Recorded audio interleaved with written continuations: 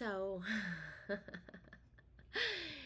here's the thing about timeline jumping that no one's really saying out loud. It is not about what you do, it's about who you stop being.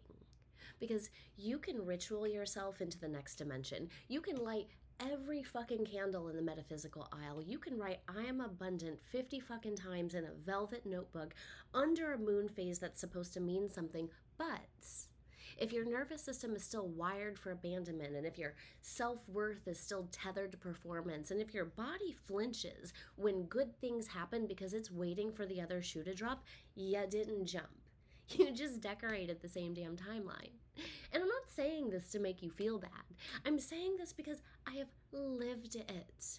Like, I had the aesthetics down. I had the vision board and the journaling routine and the I'm fine face that looked like sunshine was flying out of my ass, even when I was slowly crumbling inside.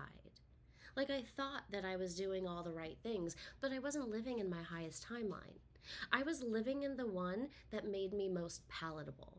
The one that looked good on the outside, but felt like hell on the inside. And that version of me, she was built to survive, built to please, built to be liked. And the moment that I started shedding her, the people, the habits, the environment that matched her frequency, I started to shift. And it wasn't overnight, and it wasn't with glitter, but it was in truth, because the real reason why your jumps aren't landing isn't because of your ritual. It's because of your identity. Like, you're still loyal to the version of you that got through the chaos, the one that settled, the one that overfunctioned, the one that learned that safety meant silence and love meant self-abandonment.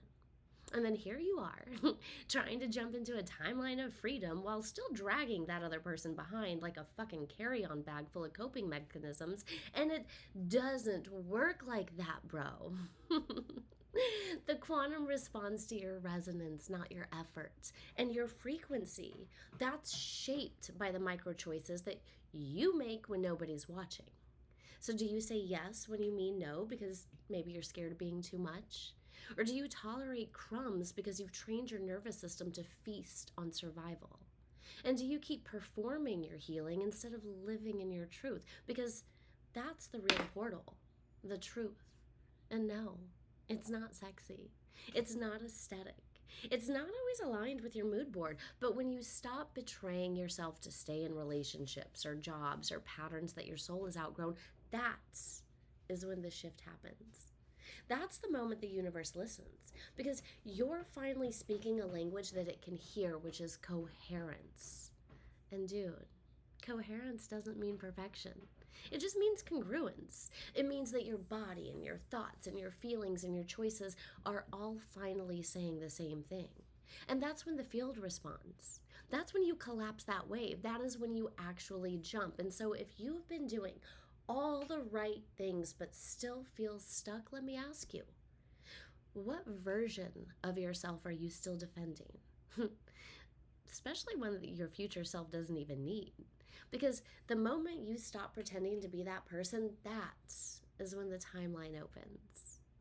Jumping timelines isn't going to save you from yourself, but becoming somebody who no longer needs to abandon their truth, that'll change everything.